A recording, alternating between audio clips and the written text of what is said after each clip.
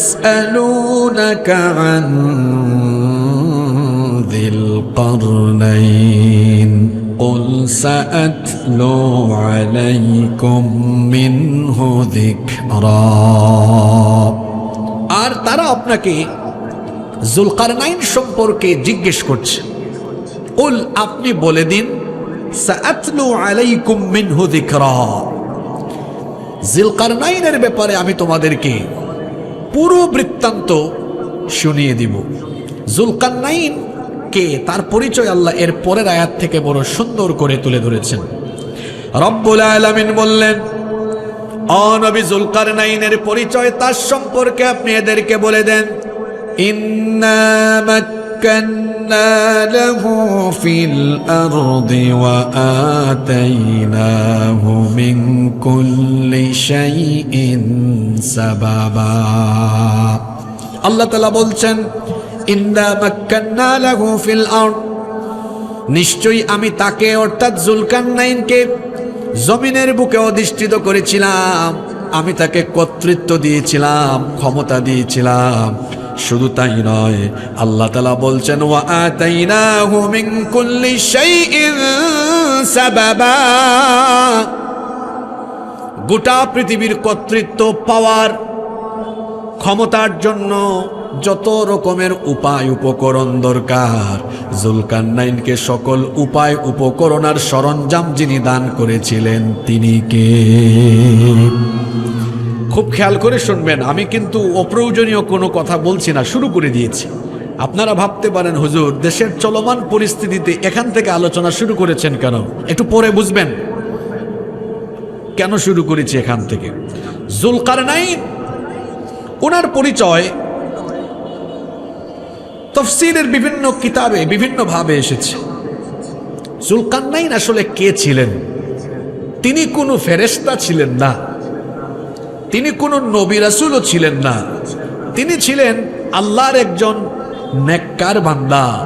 তিনি আল্লাহকে ভালোবেসেছিলেন, আল্লাহও তাকে ভালোবেসেছিলেন। আল্লাহর হকের ব্যাপারে তিনি অতিশয় সাবধানী ছিলেন, আল্লাহও তার কল্যাণ চেয়েছেন।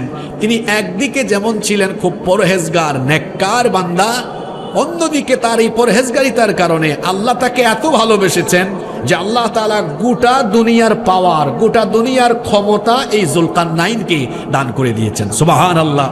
কি বলেছি বুঝতে পেরেছেন? যুলকারনাইন ছিলেন পৃথিবীর বাদশা, সারা পৃথিবীর বাদশাহী আল্লাহ তাআলা এই যুলকারনাইনকে দান করেছেন। আল্লাহু আকবার। উনার নাম যুলকারনাইন কেন?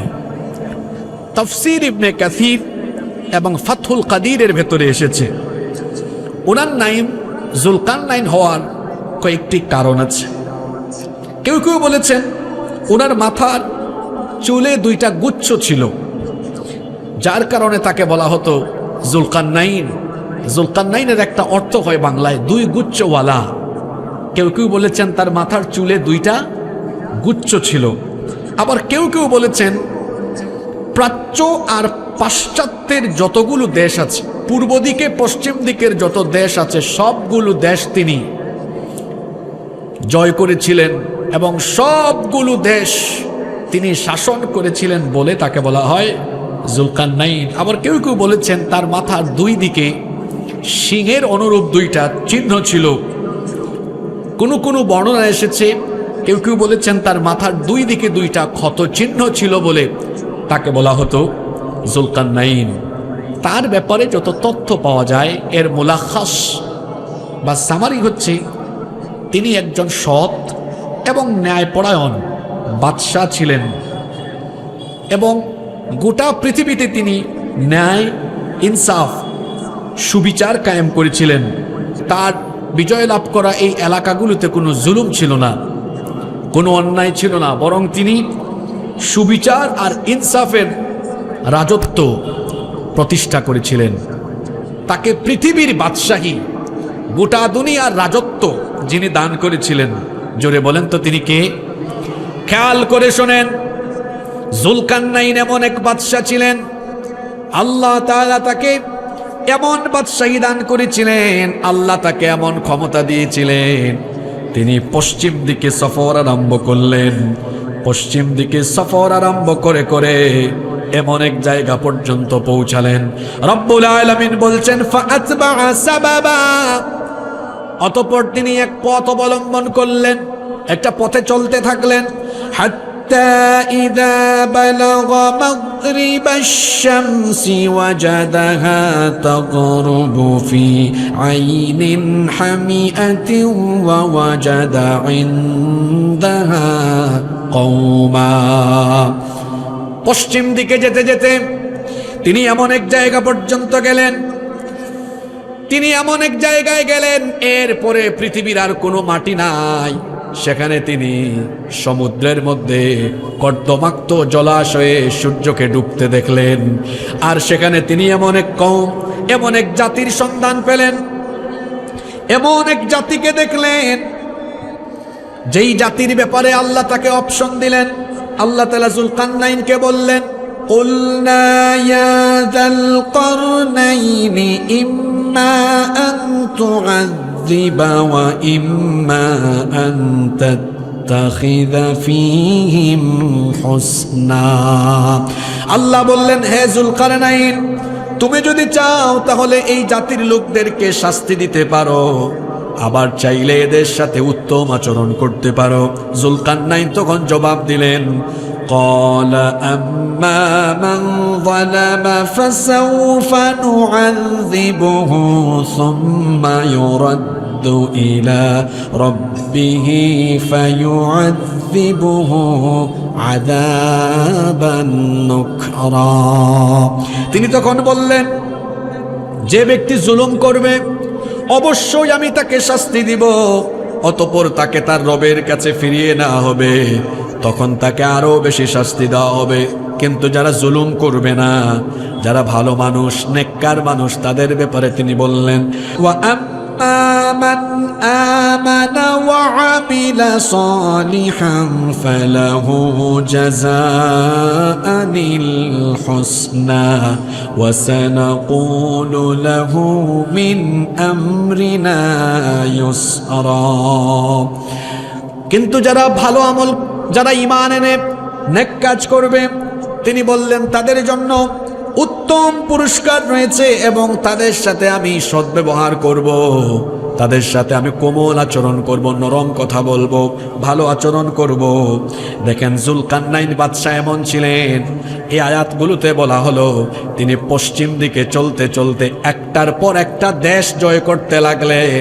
তিনি এমন এক বাদশা ছিলেন, যেদিকেই গিয়েছেন, যেদিকেই দিয়েছেন তার জয় জয়কার, যেদিকেই গিয়েছেন আল্লাহ তাকে বিজয়ী করে দিয়েছেন। আল্লাহু আকবার।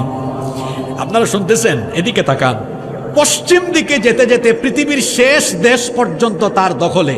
সুবহানাল্লাহ পড়বেন না? পশ্চিম দিকে যেতে যেতে যেতে যেতে শেষ দেশটা পর্যন্ত তার দখলে, সব বিজয় করে ফেলেছেন। আল্লাহ তাআলা তাকে এমন বাদশাহী দিলেন। এবার তিনি পূর্ব দিকে সফর আরম্ভ করলেন। পূর্ব দিকে যেতে যেতে শুনেন কি হলো। রব্বুল আলামিন বললেন, সুম্মা আতবাআ সাবাবা, অতঃপর তিনি আরেক পথ অবলম্বন করলেন। হাত্তা ইযা বালাগা মাতলিআশ শামসি ওয়াজাদাহা তাতলুউ আলা কওমিন লাম নাজআল লাহুম মিন দুনিহা সিতরা।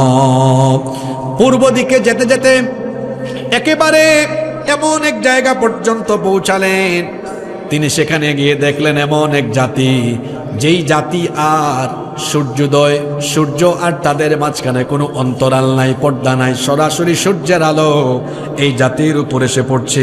সূর্য আর এই জাতির মাঝখানে কোনো পর্দা বা অন্তরায় ছিল না।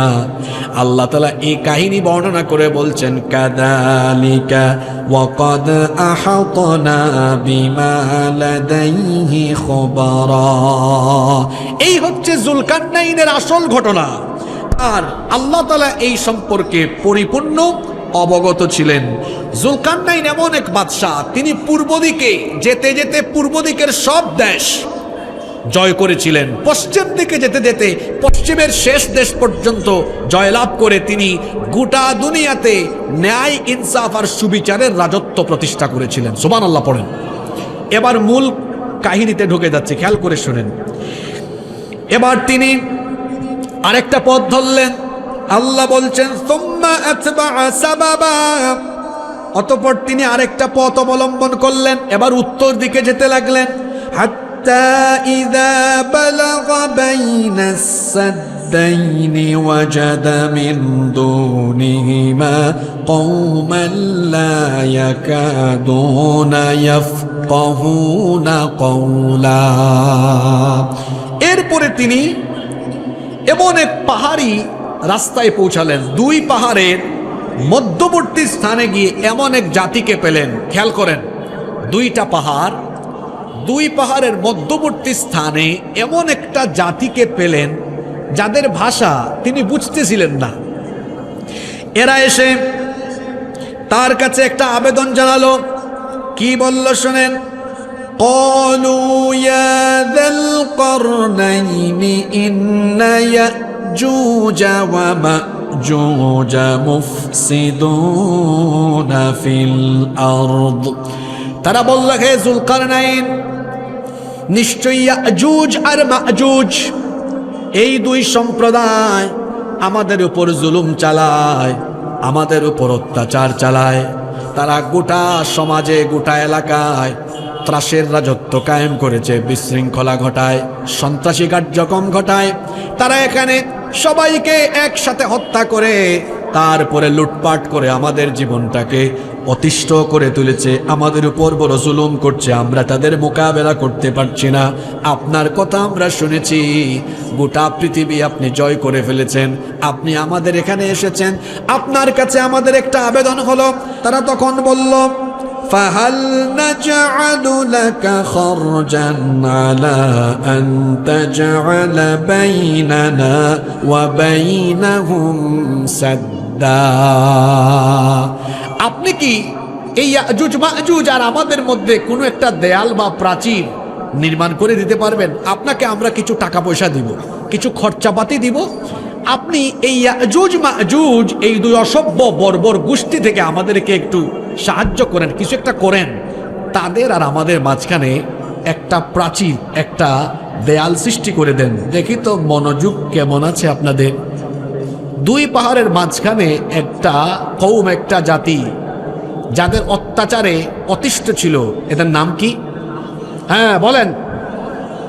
ইয়াজুজ মাজুজ কিন্তু দুইটা আশ্চর্যজনক জাতি, দুইটা আশ্চর্যজনক জাতি, এবং এরা বড় অসভ্য, এরা বড় বর্বর। এই ইয়াজুজ আর মাজুজ এরা কারা, এদের পরিচয় কি? দেখেন, ইয়াজুজ আর মাজুজ এরা হচ্ছে আদম সন্তানদেরই দুইটা বিশাল খারাপ জাতি। সহিহ বুখারীর বিখ্যাত ব্যাখ্যাকার,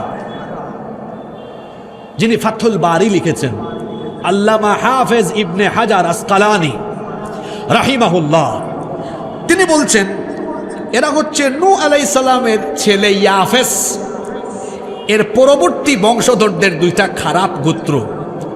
এই ইয়াজুজ আর মাজুজের চেহারা বড় ভয়ঙ্কর, আমাদের মতো না, এবং এরা বড় বর্বর, এরা বড় অতিষ্ঠ, লুটপাট, নাহাজানি, খুন খারাপি, এটা তাদের চরিত্র। ইয়াজুজ আর মাজুজের পরিচয় হাদিসেও বড় সুন্দর করে এসেছে। হুযায়ফা রাদিয়াল্লাহু আনহু তিনি একবার নবী করিম সাল্লাল্লাহু আলাইহি ওয়াসাল্লামকে ইয়াজুজ আর মাজুজ সম্পর্কে প্রশ্ন করেছিলেন। তিনি বলেছিলেন, ইয়াজুজ আর মাজুজ এই দুইটা গোষ্ঠী কেমন?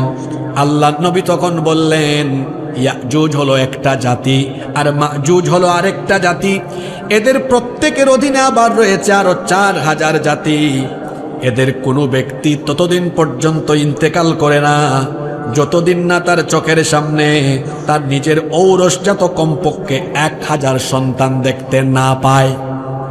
কথা বুঝতেছেন?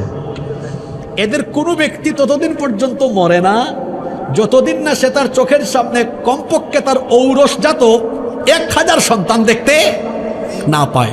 এবং এরা প্রত্যেকেই যুদ্ধাস্ত্র ব্যবহারে সক্ষম।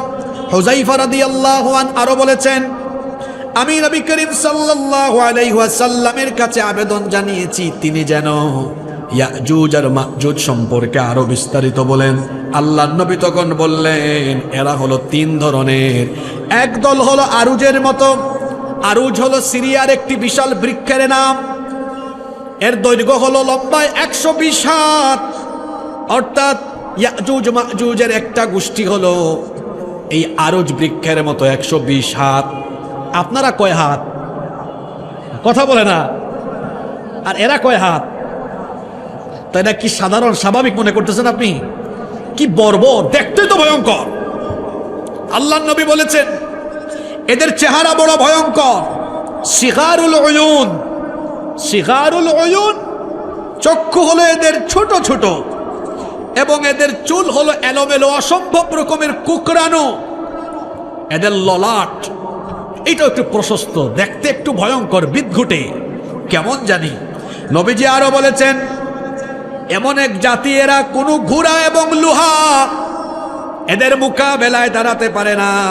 এদের একদল এক কানের উপরে ঘুমায়, আরেক কান মুড়ি দিয়ে থাকে। শুধু তাই নয়, এদের পাশ দিয়ে যদি হাতি, বন্য প্রাণী, উট এবং শূকর অতিক্রম করে, চিন্তা করেন হাতি, বন্য প্রাণী, উট, শূকর, এদের সামনে দিয়ে গেলে উট, বন্য প্রাণী, হাতি, শূকর পর্যন্ত তারা খেয়ে ফেলে, গ্রাস করে ফেলে। আল্লাহু আকবার। এই রকমের বর্বর দুইটা জাতির নাম হলো ইয়াজুজ আর মাজুজ। বাদশাহ জুলকারনাইন যখন দুই পাহাড়ের মধ্যবর্তী এক জায়গায় পৌঁছালেন, তখন ওই এলাকার লোকেরা তার কাছে আবেদন করেছিল, সাহায্য চেয়েছিল, বলেছিল বাদশাহ জুলকারনাইন এই অসভ্য বর্বর সন্ত্রাসী গোষ্ঠী ইয়াজুজ আর মাজুজ আমাদের উপর অত্যাচার চালায়, আমাদের উপর নিপীড়ন চালায়। আপনি আমাদেরকে এদের অত্যাচার থেকে বাঁচান। দয়া করে আমাদের আর তাদের মধ্যে একটা প্রাচীর নির্মাণ করেন, দেয়াল নির্মাণ করে দেন। প্রয়োজনে আমরা আপনাকে কিছু খরচাপাতিও দিব। যখন এই মজলুম লোকেরা বাদশাহ জুলকারনাইনের কাছে আবেদন করলো, জুলকারনাইন তখন তাদেরকে বলেছিলেন ক্বালা মা মাক্কান্নি ফীহি রাব্বি খায়রুন ফাআইনুনি বিকুওয়াতিন আজআল বাইনাকুম ওয়া বাইনাহুম রাদমা। তিনি বলেছিলেন তোমরা আমাকে টাকা পয়সা খরচাপাতি দেওয়ার দরকার নাই, বরং আমার রব আমাকে এমন সামর্থ্য দিয়েছেন, এটাই আমার জন্য উত্তম। আল্লাহু আকবার। তিনি বললেন তোমরা আমাকে একটা জিনিস দেওয়া লাগবে। সেটা কি? সেটা হলো ফাআইনুনি বিকুওয়া, তোমরা আমাকে শ্রম দিয়ে সাহায্য করো। যদি তোমরা আমাকে শ্রম দিয়ে সাহায্য করো, আজআল বাইনাকুম ওয়া বাইনাহুম রাদমা, যদি আমাকে শ্রম দিয়ে, শক্তি সামর্থ্য দিয়ে সাহায্য করো, তাহলে আমি তোমাদের আর তাদের মাঝখানে এমন একটা প্রাচীর নির্মাণ করে দিব, যেই প্রাচীর ভেদ করে ইয়াজুজ আর মাজুজের গোষ্ঠী কখনোই তোমাদের স্থান পর্যন্ত আসতে পারবে না। আল্লাহু আকবার। এই জাতির লোকেরা, এদের একটা বৈশিষ্ট্য ছিল, এরা ধাতুর ব্যবহার জানত। হাপড় বা ফুক দিয়ে, নল দিয়ে বাতাস প্রবাহিত করে ধাতুকে উত্তপ্ত করে গলাতে পারত, এবং তারা ধাতুকে গলিয়ে লোহার পিণ্ড এবং গলিত সীসাও তৈরি করতে পারত। এটা ছিল এই জাতির বিশেষ বৈশিষ্ট্য। বাদশাহ জুলকারনাইন এটা জানতেন। এই জন্য তিনি এই জাতির লোকদেরকে তখন বললেন আতুনি জুবারাল হাদিদ, তোমরা আমাকে লোহার পাত এনে দাও। শুনতেছেন আপনারা? আমি যে ঘটনাটা বলতেছি এটা অতীতের না, শুধু এটা সামনের কিছুদিন পরেও যে ঘটনা ঘটবে এটার সাথে এই ঘটনার একটা মিল আছে। তিনি বলছেন আতুনি জুবারাল হাদিদ, তোমরা আমাকে লোহার পাত এনে দাও। আমি আগেই বলেছি এই জাতির লোকেরা ধাতু এবং তামার ব্যবহার জানত। এগুলোকে গলিয়ে লোহার পিণ্ড এবং গলিত সীসাও তারা তৈরি করতে পারত। তিনি বললেন আমাকে লোহার পাত এনে দাও। এরা লোহার পাত আনতে লাগলো। বাদশাহ জুলকারনাইন দুইটা পাহাড়ের মাঝখানে যে গ্যাপ ছিল, লোহার পাত দিয়ে দুইটা পাহাড়ের পুরা এই মধ্যবর্তী ফাঁকা জায়গাটাকে পূরণ করে দিলেন। লোহার পাত রাখতে রাখতে রাখতে রাখতে এই ফাঁকা জায়গাটা কি করে দিলেন? পূরণ করে দিলেন। এরপরে তিনি কি করলেন? حتى إذا ساوى بين الصدفين قال انفخوا حتى إذا جعله نارا قال آتوني أفرغ عليه قطرا দুইটা পাহাড়ের মাঝখান যখন তিনি লোহার পাত দিয়ে ভরপুর করে দিলেন, তিনি বললেন নল আনো। আপনাদের এলাকায় নল বুঝেন তো আপনারা, নল আর কি পাইপের মতো, তো নল আনছে তারা। তিনি বললেন সবাই এখানে ফু দাও, ফু।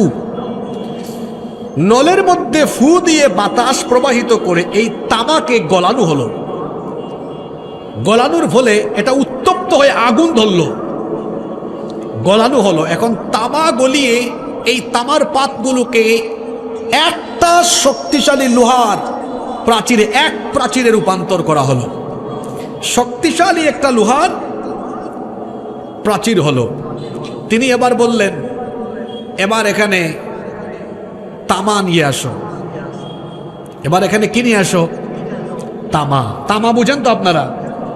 এবার এই লোহার পাত দিয়ে প্রথমে তো ফিল আপ করা হয়েছিল, আগুন দিয়ে এটাকে গলায় এখন শক্তিশালী লোহার দেয়াল করা হলো।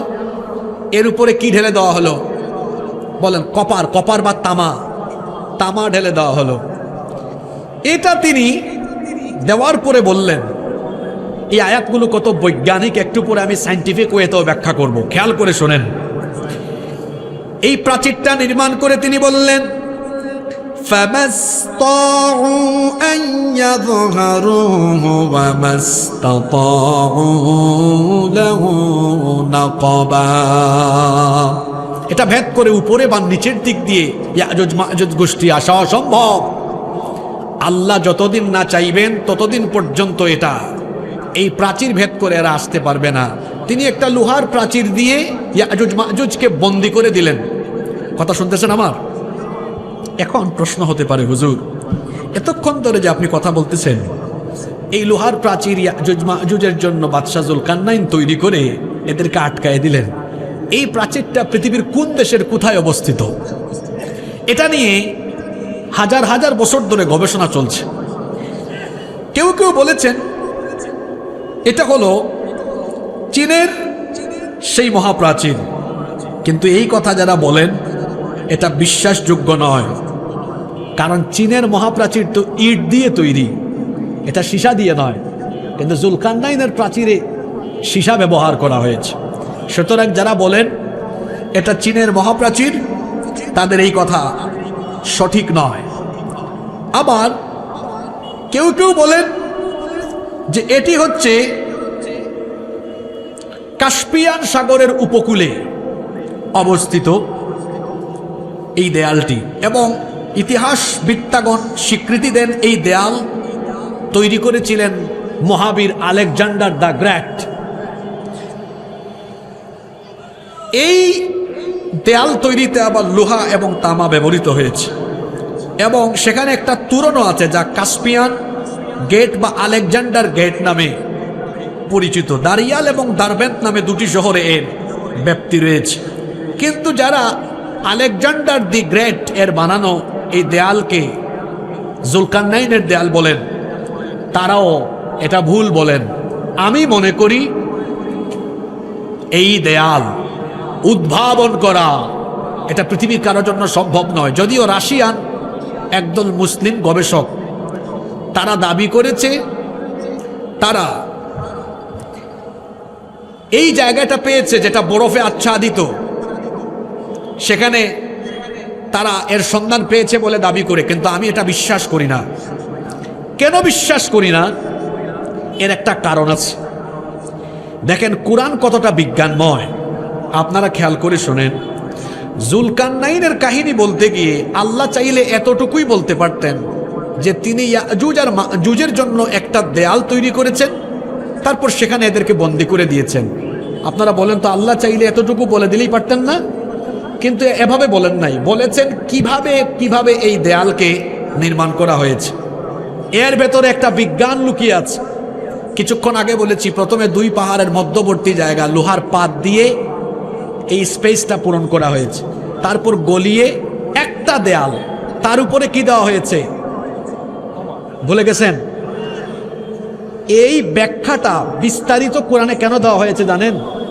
যাতে আমার আপনার মনের সন্দেহ দূর হয়ে যায়। এটাকে সায়েন্টিফিকভাবে একটু ব্যাখ্যা করে দেখেন তো। আপনারা সবাই জানেন তামা হলো লোহার চাইতে কম শক্তিশালী। লোহা বেশি শক্তিশালী, তামা কম শক্তিশালী। আপনারা আমাকে একটা কথা বলেন তো, লোহা যতই শক্তিশালী হোক, পানির সংস্পর্শে আসলে লোহার মধ্যে কি ধরে? হ্যাঁ, জং ধরে, মরিচা ধরে। কিন্তু লোহার শক্তি তামার থেকে বেশি। আপনারা এটাও জানেন তামা লোহার চেয়ে কম শক্তিশালী হলেও তামারও একটা ধর্ম আছে। ধর্মটা কি? তামায় কখনো জং ধরে না। জুলকারনাইন লোহার উপর তামা ঢেলে দিয়েছেন। কি চমৎকার! হাজার হাজার বছর আগে তার মাথায় এই সায়েন্টিফিক এই থিওরিটা কিভাবে ঢুকলো আমি জানি না। দেখেন, আজকের বিজ্ঞান বলে যখন তামা কোনো পরিবেশের মধ্যে থাকে তখন বাতাসের অক্সিজেনের সাথে কানেক্টেড হয়ে অক্সিডেশন পদ্ধতিতে তামার উপরে একটা গ্রিন প্রোটেক্টিভ লেয়ার তৈরি হয়, সবুজ একটা আবরণ বাংলায় বলি। তামা যখন এরকম খোলামেলা পরিবেশে থাকে তখন বাতাসে যে অক্সিজেন আছে এই অক্সিজেনের সাথে অক্সিডেশন পদ্ধতিতে তামার উপরে একটা সবুজ লেয়ার, সুজা বাংলা সবুজ একটা আবরণ পড়ে যায়। এটা কিসের ধারণা? বিজ্ঞানের ধারণা। তাহলে জুলকারনাইন যে লোহার পাতের উপরে তামা ঢেলে দিয়ে এই দেয়ালকে মজবুত করে দিয়েছেন, তো এটা তো পরিবেশের সাথে হাজার হাজার বছর ধরে থাকতে থাকতে এর উপরে গ্রিন প্রোটেক্টিভ লেয়ার, একটা সবুজ আবরণ হয়ে গিয়ে এটা তো প্রকৃতির যে রং সবুজ, সবুজের সাথে মিশে গিয়েছে। এটা আপনি খুঁজে বাইর করবেন কেমনে? এটা কয়েক হাজার বছর হয়ে গিয়েছে। এটাকে আল্লাহ তাআলা এমনভাবে গোপন রেখেছেন কারণ কিয়ামতের বড় বড় 10টা আলামত আছে। কিয়ামতের 10টা বড় বড় ঘটনা আছে। এই 10টা ঘটনা ঘটার সাথে সাথে কি হবে? কিয়ামত অনুষ্ঠিত হবে। এর মধ্যে একটা আলামত হলো কিয়ামতের আগে এই বন্দী থাকা দুই গোষ্ঠী ইয়াজুজ আর মাজুজ, তারা এই দেয়াল ভেদ করে পৃথিবীতে এসে তামাম দুনিয়াতে তারা ত্রাস, সন্ত্রাস, লুটপাট, হানাহানি, মারামারি চালাবে। কথা বুঝতে পেরেছেন আমার? তাহলে ইয়াজুজ আর মাজুজ পৃথিবীতে আবার আসবে কি আসবে না? জোরে বলেন, আসবে কি আসবে না? এই জন্য বাদশা জুলকারনাইন এই প্রাচীর বানানোর পরে তিনি বলেছিলেন, হাদা রাহমাতুম মির রাব্বি। কি চমৎকার কথা! নেতাদের জন্য এটা শিক্ষা আছে। এত বড় বিশাল শক্তিশালী প্রাচীর বানায় তিনি বললেন, এখানে আমার কোনো ক্রেডিট নাই, যার রহমতে এটা হয়েছে। জোরে বলেন, তিনি কে? আর আমরা কিচ্ছু বানাইলি কি বলি? আমরা করেছি, পদ্মা সেতু আমরা করেছি, এটা আমরা করেছি, ওইটা আমরা করেছি, আমরা করেছি, আমরা করেছি। বাদশা জুলকারনাইন পৃথিবী শাসন করে একটা শক্তিশালী দেয়াল বানানোর পরে বলতেছেন, এটা আমি করি নাই, এটা করাইছেন আমাকে দিয়ে। কে? দুইটা কথার মধ্যে পার্থক্য আছে না নাই? আমি করেছি, আমরা করেছি, আর আরেকটা হলো আল্লাহ করাইছে। দুইটা কথার ভিতরে বিরাট ধরনের ব্যবধান, পার্থক্য আছে না নাই? আচ্ছা, তিনি এটা নির্মাণ করে বললেন এটা আল্লাহর রহমতে হয়েছে। এরপরে আরেকটা কথা বললেন, ফাইদা জাআ ওয়া'দু রাব্বি জা'আলাহু দাক্কা ওয়া কানা ওয়া'দু রাব্বি হাক্কা। তিনি বললেন আমার রবের ওয়াদা মোতাবেক একটা সময় আসবে যখন এই প্রাচীর আবার চূর্ণ বিচূর্ণ হয়ে যাবে, এটা থাকবে না। এই প্রাচীর একদিন ধ্বংস হয়ে যাবে। খেয়াল করেন, আমার দিকে তাকান। প্রায় 1.5 পৃষ্ঠা কিন্তু আমি তেলাওয়াত করেছি, পুরো ঘটনাটা এখানে আছে। জুলকারনাইন ইয়াজুজ আর মাজুজকে আটকে দিয়েছেন একটা কি নির্মাণ করে? জোরে বলেন, কি নির্মাণ করে? যেদিন তিনি বানাইছিলেন ওই দিন থেকে আজ পর্যন্ত, এখন পর্যন্ত প্রতিদিন এই ইয়াজুজ মাজুজ গোষ্ঠী এইটাকে তারা খুঁড়তে থাকে। এই প্রাচীরকে ধ্বংস করে তারা বাইরে বের হয়ে আসতে চেষ্টা করে। কিন্তু সারাদিন সকাল থেকে নিয়ে তারা সন্ধ্যা পর্যন্ত কাজ করে একদম প্রাচীরটা খুঁড়ে খুঁড়ে শেষ পর্যায়ে আসে। অলসতাবশত এরা আলস্যবশত বলে থাকুক, বাকিটা আগামীকাল করব। পরের দিন সকালে আইসা দেখে যে কাম করছিল এত কষ্ট করে আবার প্রাচীরটা আগের জায়গায়। কি মুসিবত দেখছেন! এইরকম বানানোর দিন থেকে আজ পর্যন্ত প্রতিদিন এটা তারা করে। সন্ধ্যাবেলা বলে থাক, বাকিটা আগামীকাল করব। কিন্তু ইনশাআল্লাহ বলে না। ইনশাআল্লাহ ঈসা আলাইহিস সালাম দুনিয়াতে আসবেন। একজন নবীর এখনো ইন্তেকাল হয় নাই। জোরে বলেন তো সেই নবীর নাম কি? ঈসা আলাইহিস সালাম, মরিয়ম পুত্র ঈসা আলাইহিস সালাম, ওনার এখনো ইন্তেকাল হয় নাই। তাকে আল্লাহ আসমানে উঠায় রেখেছেন।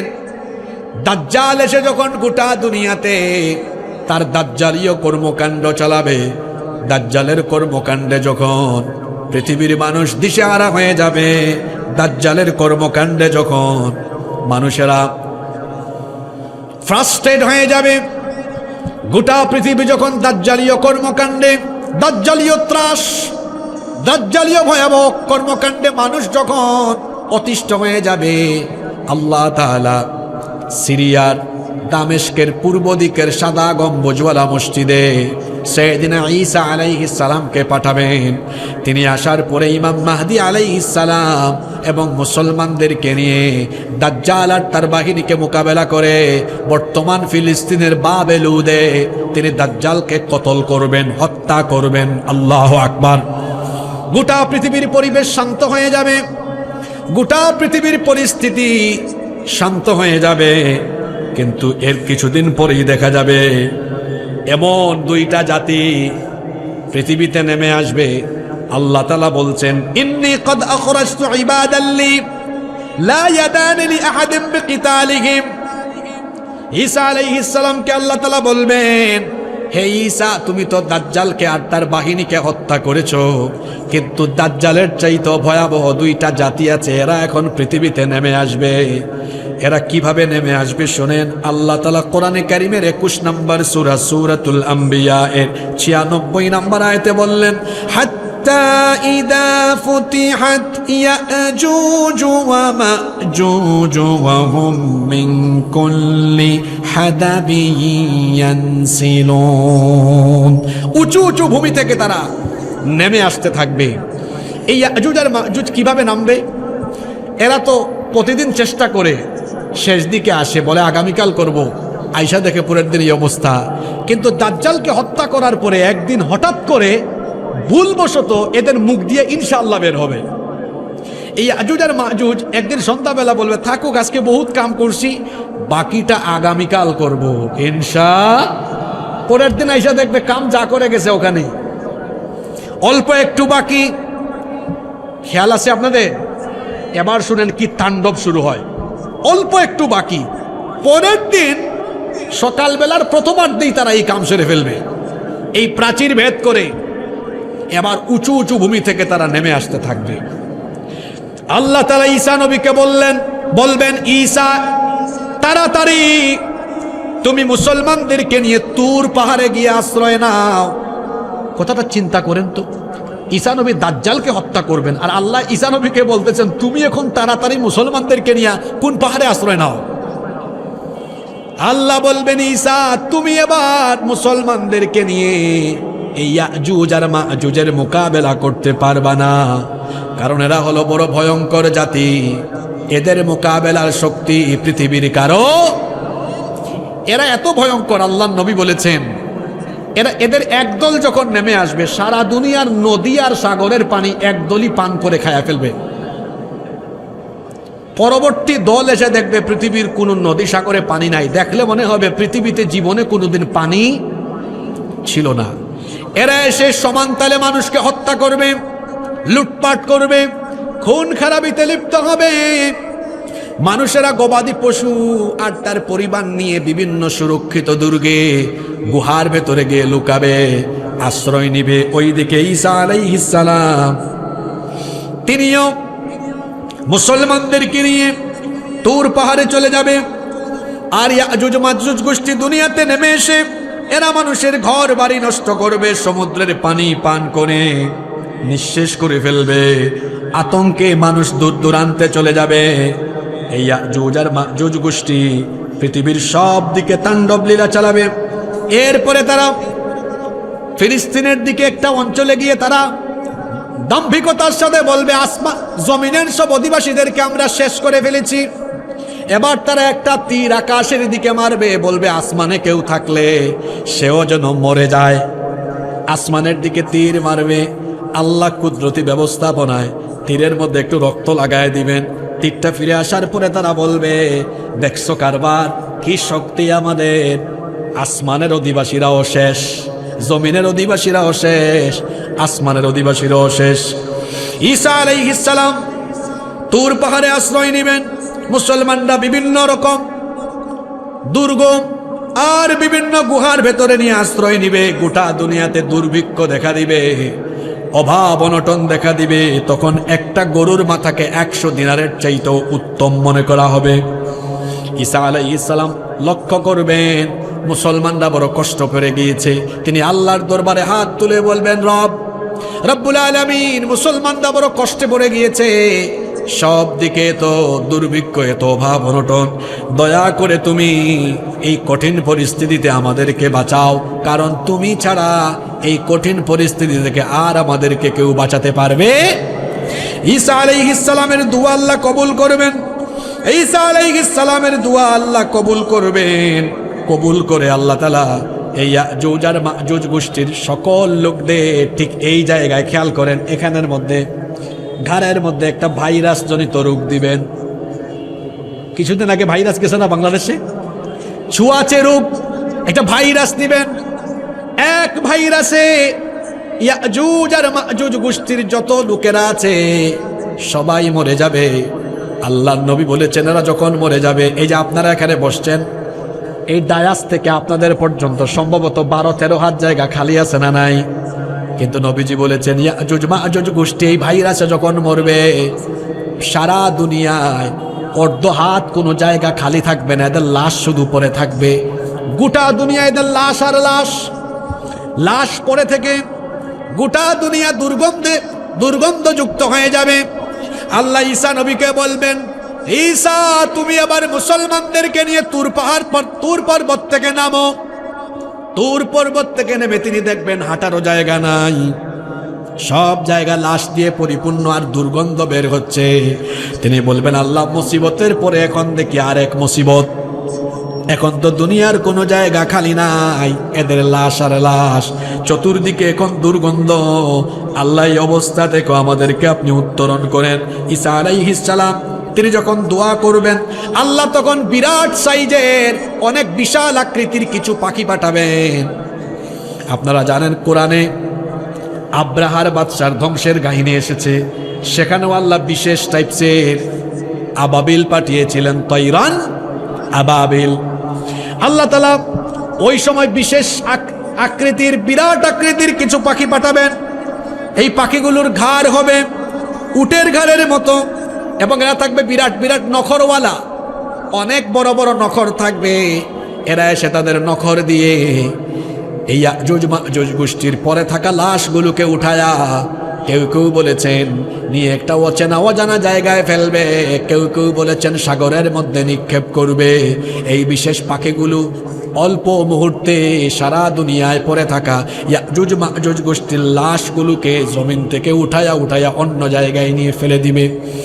এরপরে আল্লাহর হুকুমে বৃষ্টি বর্ষিত হবে, এমন এক বৃষ্টি হবে সারা দুনিয়ায় একসাথে আল্লাহর রহমতের বৃষ্টি মুষলধারে বর্ষিত হতে থাকবে। আল্লাহু আকবার। সারা পৃথিবীতে একসাথে মুষলধারে বৃষ্টি হবে, যার ফলে গোটা ভূপৃষ্ঠ ধৌত হয়ে কাচের মতো পরিষ্কার হয়ে যাবে। অতঃপর আল্লাহ জমিনকে আদেশ করবেন, তোমার পেটের ভেতরে থাকা সমুদয় ফুল ফল উদ্গীরণ করে দাও, নতুন করে তোমার পেটের ভেতর থেকে বরকত প্রকাশ করো। এমন বরকত তখন নামবে, দেখা যাবে একদল লোক একটা ডালিম থেকে আহার করেও খেয়ে শেষ করতে পারবে না। শুধু তাই নয়, ডালিমের একটা ছাল দিয়ে ছাতা তৈরি করলে বিশাল একদল মানুষ সেই ছায়ার নিচে আশ্রয় গ্রহণ করতে পারবে। দুধের মধ্যে এমন বরকত হবে, একটা উটনির দুধ একদল লোক খেয়ে শেষ করতে পারবে না, একটা গাভীর দুধ একটা গোত্রের মানুষ খেয়ে শেষ করতে পারবে না, একটা ছাগলের দুধে এত বরকত হবে, বিরাট একটা গোত্র বংশের মানুষ ছাগলের দুধ খায়া শেষ করতে পারবে না। সুবহানাল্লাহ। এই বরকত আসবে কার তরফ থেকে? এই রকম বরকত চলতেই থাকবে। এরপরে এমন একটা সময় আসবে, আল্লাহ তাআলা একটা মনোরম বায়ু প্রবাহিত করবেন। এই বায়ু মুসলমান, সেই সময়ে যারা মুসলমান থাকবে এদের বগলের নিচে এসে এই বায়ুটা যখন লাগবে এক প্রকার রোগ দেখা দিবে। এই রোগে মুসলমান থাকা সবগুলা মানুষ তখন মারা যাবে। সারা পৃথিবীতে তখন দুষ্ট, কাফের, নাফরমান, পাপী তাপীরা বেঁচে থাকবে। যতদিন পর্যন্ত আল্লাহর নাম স্মরণ করার মতো মানুষ দুনিয়ায় থাকবে ততদিন পর্যন্ত কিয়ামত হবে না। কিন্তু আল্লাহ বিশেষ একটা বায়ু যখন পাঠাবেন, মুসলমানদের বগলের নিচেই বায়ু লাগার কারণে একটা বিশেষ রোগ দেখা দিবে, তারা মারা যাবে। সারা দুনিয়ায় শুধু পাপী তাপী নাফরমান বেঈমানরা বেঁচে থাকবে। সারা পৃথিবীতে তখন অশ্লীলতা, জেনা, বেবিচার এমন করে বাড়বে, রাস্তাঘাটে মানুষেরা কুকুরের মতো বেবিচার করা আরম্ভ করবে। এই সকল নিকৃষ্ট মানুষগুলোর উপরে কিয়ামত অনুষ্ঠিত হবে। আল্লাহ ইসরাফিলকে বলবেন, তোমার সিংহা বাজাও। ইসরাফিল আলাইহিস সালাম সিংহায় ফুৎকার বাজাবেন। কোথায় ছিলাম? ওই ইসরাফিলের সিংহার ফুৎকার হবে। এক ফুৎকারে তামাম দুনিয়া উলট পালট হয়ে লন্ডভন্ড হয়ে কিয়ামতের ঘটনা ঘটবে। আল্লাহু আকবার। এই যে বিশাল 1.5 পৃষ্ঠা আজকে আমরা আলোচনা করলাম, এই ঘটনাটা শুধু অতীতের সাথে সম্পর্কিত নয়, এটা সামনের সাথেও সম্পর্কিত। এই ঘটনাটা আমি কেন বললাম? জুলকারনাইনের এই কাহিনীটার সাথে আজকের দিনে আমাদের শিক্ষা কি, এটা আমি 2-4 মিনিটে বলবো। আমার দিকে তাকান।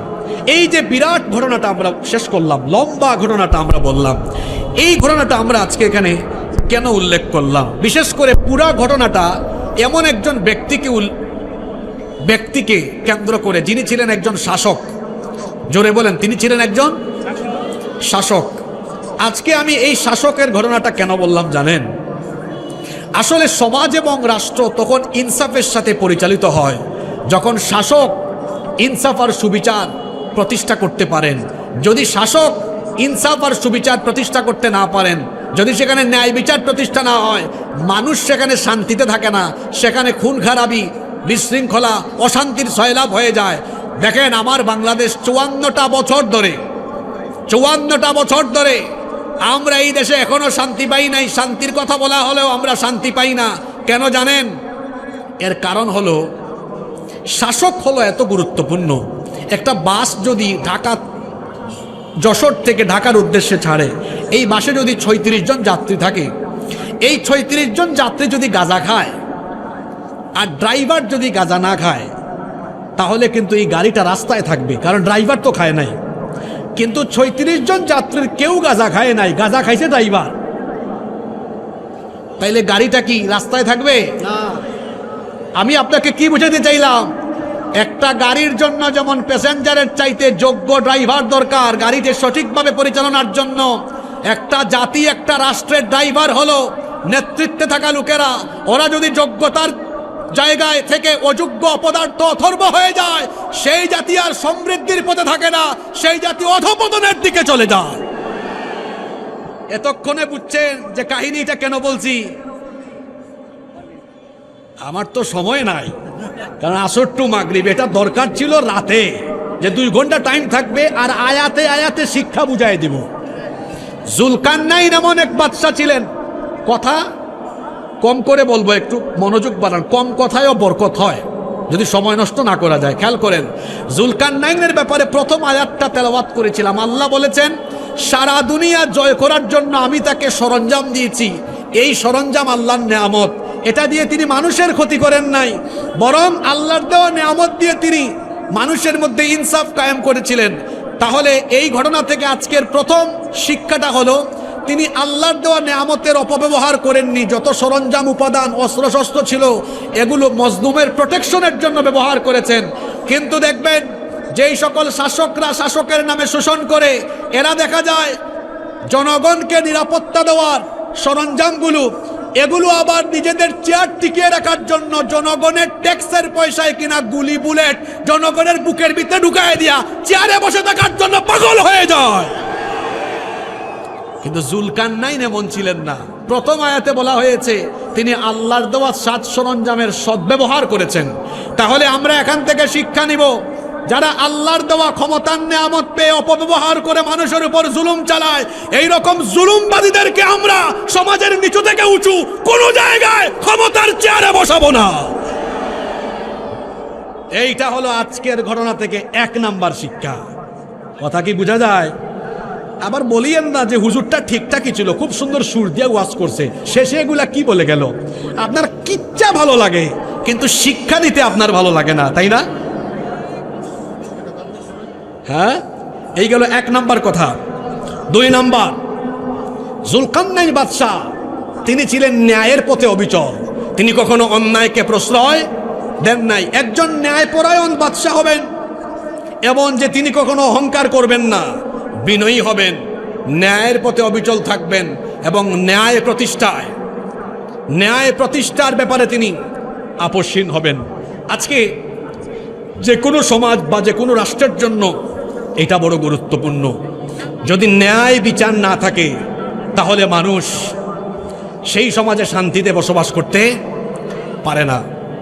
আপনার সমাজে দেখেন ন্যায় বিচার আজকে কোথায় গিয়েছে। একটা ছেলেকে 5 দিন আগে ঢাকায় গুলি করা হয়েছে, আপনারা জানেন কি না? নাকি যশোরের মানুষ জানে না? সারাদিন ধান খেতে থাকেন, ধান কাটেন আর কিচ্ছু জানেন না। কিছু খোঁজখবর রাখেন বাবা। গত জুমাবারে শরীফ উসমান হাদি আমাদের এক ভাই, তাকে প্রকাশ্য দিবালোকে জুমার নামাজের পরে রাজধানী ঢাকায়, চিন্তা করেছেন, রাস্তায় প্রকাশ্যে তার মাথার মধ্যে গুলি করা হলো। কানের নিচ দিয়ে ঢুকে, এদিক দিয়ে ঢুকে তার মগজ ভেদ করে ওই দিক দিয়ে বের হয়ে গিয়েছে। কি ভয়ঙ্কর পরিস্থিতি! যাদের নামে অভিযোগ এসেছে এরা লুটপাট এবং অন্যান্য আকাম কুকামে সম্পৃক্ত থেকে জেলের ভিতরেই ছিল। 1 মাস যেতে না যেতে তারা জামিন নিয়ে বের হয়েছে। এই হলো আপনাদের দেশের আইন। চোর চামার খুনিরা জেলে ঢুকলে কেমনে কেমনে জানি লবিং কইরা বের হয়ে যায়। যদি সেখানে মানুষের আইনের পরিবর্তে আল্লাহর আইন থাকতো তাহলে চোর চামার খুনিরা কোনোদিন জেল থেকে এত সহজে বের হতে পারতো না। আল কোরআনের আলো। আজকে 5 দিন হয়েছে, 5 দিন হয়েছে। স্লোগান লাগবে না ভাই, কথাগুলা বুঝলেই হবে। আমি তো স্লোগান দেওয়ানোর জন্য কথাগুলা বলতেছি না, আপনাদেরকে বোঝানোর জন্য বলতেছি। 5 দিন হয়ে গেছে, দেখেন এখনো অপরাধীকে শনাক্ত করা হয় নাই। শুনতেছি এ নাকি পাশের দেশে চলে গিয়েছে। আমার কথা হচ্ছে, এ পাশের দেশে চলে যায়, বিজিবি কোথায় ছিল? আবার অথর্ব অযোগ্য অপদার্থ স্বরাষ্ট্র উপদেষ্টা বলেছে তাকে ধরাই দিতে পারলে 50 লক্ষ টাকা পুরস্কার দেওয়া হবে। তো আমরা জনগণ যদি অপরাধী ধরে দেই তাহলে আইন শৃঙ্খলা বাহিনীর কামটা কি? এই দেশের DGFI, NSI, DB, CID, police, RAB, সীমান্তের পাহারাদার বিজিবি, এদের কাজটা তাহলে কি? অপরাধী প্রকাশ্যে খুন করে কিভাবে চলে গেল? এই জন্য এই বাহিনীগুলো, এনএসআই, ডিবি, গোয়েন্দা সংস্থা, ডিজিএফআই, সিআইডি, পুলিশ, র্যাব, বিজিবির প্রধানদেরকে ডেকে এনে অবশ্যই তাদেরকে জিজ্ঞাসাবাদ করা দরকার। এরা কেমনে চলে যায়? আর পাশের দেশ, আমি এই ভারতের দাদা বাবুদের ব্যাপারে বলি, তোমরা পুরো মজা নিতেছ। আমাদের দেশে আগুন লাগাবার অপরাধীদেরকে গডফাদারদেরকেও আশ্রয় দাও, অপরাধীদেরকেও আশ্রয় দাও। মজা বুঝবা কিছুদিন পরে এরা তোমাদের দেশকেও কিছুদিন পরে অশান্ত করে তুলবে। এনএসআই, ডিবি, গোয়েন্দা সংস্থা, এরা কি এখনো বুঝে না গুলিটা কারা করছে? এই ওসমান হাদির বক্তব্য শোনেন, তার অ্যাক্টিভিটিসগুলো দেখেন, তার প্রতিটা কথা দেশের পক্ষে আর ভারতীয় আগ্রাসনের বিপক্ষে। তাকে যারা গুলি করেছে তারা আর কেউ নয়, তারা ভারতীয় এজেন্ট এবং ভারতের 5টা গুলাম, ভারতীয় তাবেদার, ভারতীয় আগ্রাসন আধিপত্যবাদ যারা এদেশে প্রতিষ্ঠা করতে চায়, এদের সম্মিলিত পরিকল্পনার অংশ ছিল এইটা। আর ওরা গুলি করে মনে করতেছে যে সব ঠান্ডা করে দিবে। ব্যাককলের দল, গুলি, বুলেট, এগুলোর ভয় কারে দেখাও? আমরা তো সেই জাতি, আমরা গুলি আর বুলেটের সামনে সিনা টান করে দাঁড়িয়ে থেকে ইনসাফের ঝান্ডা হাতে নিয়ে সামনে অগ্রসর হয়েছে, আমাদেরকে কেউ থামাতে পারে নাই। সুতরাং এক হাদিকে গুলি করা হলেও এই দেশের প্রত্যেকটা যুবক আর তরুণ এক একটা হাদির প্রতিচ্ছবি।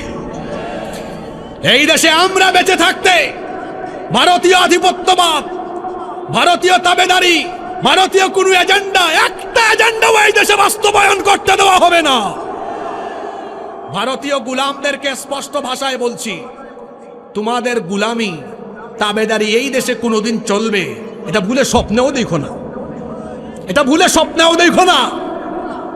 প্রয়োজনে রক্তের নদী, রক্তের সাগর আমরা পাড়ি দিব, তারপরেও এই দেশে আর ভিনদেশি প্রভুদের কোনো এজেন্ডা আমরা বাস্তবায়ন করতে দিব না।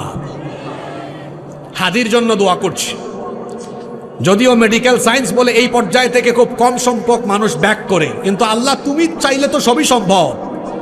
তোমার কাছে আমরা দোয়া করছি, আমার দেশের স্বাধীনতা সার্বভৌমত্বের পক্ষে লড়াই করার জন্য উসমান হাদিকে আল্লাহ তুমি তার জীবনটা আমাদের জন্য ভিক্ষা দাও। কি সংকীর্ণ মনা দেখেন, একটু আমিন কইতে পারলো না। গত 5টা দিন হাদির জন্য আমার হৃদয় কেঁদেছে, মন কেঁদেছে, চোখের থেকে পানিও বের হয়েছে। প্রতিটা মাহফিলে, প্রতিদিন, প্রতিটা নামাজের পরে আমি তার জন্য দোয়া করেছি। মনে হয়েছে সেজন্য আমার ভাই, আসলেই তো ভাই। এক দেশে আমরা যারা বাস করি, দেশকে আমরা যারা ভালোবাসি, সবাই আমাদের ভাই, ঠিক না বেঠিক? আল্লাহ দোয়া করছি মাগরিবের আগ মুহূর্ত, এটা দোয়া কবুলের সময়। আল্লাহ তুমি আমাদের ভাই হাদির জীবন আমাদের জন্য ভিক্ষা দাও, তুমি তাকে সুস্থ করে আমাদের মাঝে ফিরায় দাও। আমি এই জুলকারনাইনের ঘটনা থেকে 2টা শিক্ষা বললাম। 3 নম্বর শিক্ষা হলো, তিনি এমন এক বাদশাহ ছিলেন যিনি মজলুমের পক্ষে দাঁড়াতেন। আপনারা জানেন 2 পাহাড়ের মাঝখানে একটা মজলুম জাতিকে তিনি সাহায্য করেছিলেন। ভালো শাসকের বৈশিষ্ট্য হলো সে সব সময় মজলুমের পক্ষে থাকে, জুলুমকে সে প্রশ্রয় দেয় না। জুলুমকে যে প্রশ্রয় দেয় সে শাসক নয়, সে শোষক। ভালো শাসক কখনো জুলুমকে প্রশ্রয় দেয় না। 4 নাম্বার, বাদশাহ জুলকারনাইন ছিলেন অত্যন্ত প্রজ্ঞাবান। দেখেন 2 পাহাড়ের মাঝখানে যখন প্রাচীর বানিয়েছিলেন, সুন্দর একটা পরিকল্পনার ভিত্তিতে প্রজ্ঞার আলোকে বানিয়েছিলেন। ওই যে বলছিলাম, আপনাদের মনে আছে কিনা, লোহার পাতের উপরে তামা ঢেলে দিয়েছিলেন, এমনি এমনি না। আমি বলেছিলাম যে আজকের বিজ্ঞানও বলে এটা অক্সিডেশন পদ্ধতিতে বাতাসের সাথে যখন থাকে, অক্সিডেশন পদ্ধতিতে তখন সবুজ একটা লেয়ার, প্রোটেক্টিভ লেয়ার হয়, যার কারণে এটা সবুজের সাথে কি হয়েছে, মিশে গিয়েছে। তিনি শুধু লোহা দিয়ে বানান নাই, বানাইলে এটা জং ধরতো, দুর্বল হয়ে যেত। এটা যেন শক্তিশালী হয়, এজন্য প্ল্যান ওয়াইজ প্রাজ্ঞতার সাথে এই কাজটা তিনি করেছেন। তাহলে বোঝা গেল যে সৎ শাসক যিনি হবেন তিনি পরিকল্পনার সাথে কাজ করবেন। আপনাদের দেশে তো পিছায় এখনো, জানেন আপনাদের দেশে পরিকল্পনার সাথে কাজ করা হয় না। দেখেন না রাস্তাঘাট আপনাদের 1/2 ইঞ্চি 1 ইঞ্চি ডালাই মারে লেপে, এটা 6 মাস পরে চলে যায়। আমরা যে দেশের বাইরে সফর করি, কি কার্পেটিং, গাড়ি চললে বোঝাও যায় না। চোর চামারের দল পরিকল্পনা করে কোনো কাজ করে না, বরং কিভাবে জনগণের ট্যাক্সের পয়সা লুটে পুটে খেয়ে সম্পদের পাহাড় গড়বে, এটাই যেন চোরদের প্রধান দায়িত্ব হয়ে গিয়েছে। দেখছেন এক কাহিনীর ভিতরে কত শিক্ষা। ভালো শাসক পরিকল্পনা করে কাজ করবে, সে পরিকল্পনা করবে যাতে কোনো একটা কাজ দীর্ঘমেয়াদী হয়। বাদশাহ জুলকারনাইন সেই কাজ করেছেন। নাম্বার 5 নাম্বার, তিনি যত কাজই করতেন সকল কাজের আগে ভরসা করতেন কার উপরে, এবং সব কাজ শেষ করার পরে এই কাজের ক্রেডিট দিয়ে দিতেন কাকে, আল্লাহকে। আরো অনেক পয়েন্ট বলার ছিল, মৌলিক 5টা পয়েন্ট আমি বলে ফেলেছি। এই ঘটনা থেকে 5টা শিক্ষা নিয়ে আমরা যেন আগামী দিনের কর্মপদ্ধতি ঠিক করতে পারি। আল্লাহ আমাদেরকে তৌফিক দান করেন। ইয়াজুজ আর মাজুজ এটা কিয়ামতের আলামত, এরা সামনে আসবে, এরা বড় বর্বর গোষ্ঠী। এই জন্য আজকে ইয়াজুজ আর মাজুজ সম্পর্কে আপনাদেরকে আমি ধারণা দিয়েছি। পাশাপাশি জুলকারনাইন বাদশার এই কাহিনী উল্লেখ করে ন্যায়পরায়ণ বাদশাহ শাসকদের কি কি বৈশিষ্ট্য হয় সেটা আপনাদেরকে বোঝানোর চেষ্টা করেছি। আমরা আমাদের এই সোনার বাংলাদেশকে আলোকিত, ইনসাফ মুক্ত একটি বাংলাদেশ হিসাবে গঠনের জন্য আমরা আমাদের জায়গা থেকে ন্যায় আর ইনসাফ সুবিচার যারা প্রতিষ্ঠা করতে পারবে আমরা তাদেরকে সমাজের সর্বত্র বসাবো। আল্লাহ আমাদেরকে তৌফিক দান করেন। আপনারা দেখেন না বাংলাদেশে আলেমরা এখন এক হয়ে গেছেন। আপনারা আলেমদের সাথে আছেন না নাই? কারা কারা আলেমদের সাথে নাই একটু হাত তুলেন। বাংলাদেশে আলেমরা এখন এক হয়ে গেছেন না? আলেমরা এক হয়ে গিয়েছেন। এই জন্য শয়তানের দূষর, ভারতের দূষরদের মন বড় খারাপ হয়ে গিয়েছে। আমরা কোরআনের ভাষায় জবাব দিচ্ছি, মুতু বিগাইদিকুম, তোমাদের জ্বালাপোড়া নিয়ে তোমরা জলে পুড়ে ছাই হয়ে যাও, আমাদের কোনো কিছু করার নাই। আমরা আলেম ওলামাদের সাথে থেকে এই বাংলাদেশকে আমরা আলেমদের নেতৃত্বে একটি আলোকিত কোরআনের বাংলাদেশ হিসাবে গঠন করব ইনশাআল্লাহ।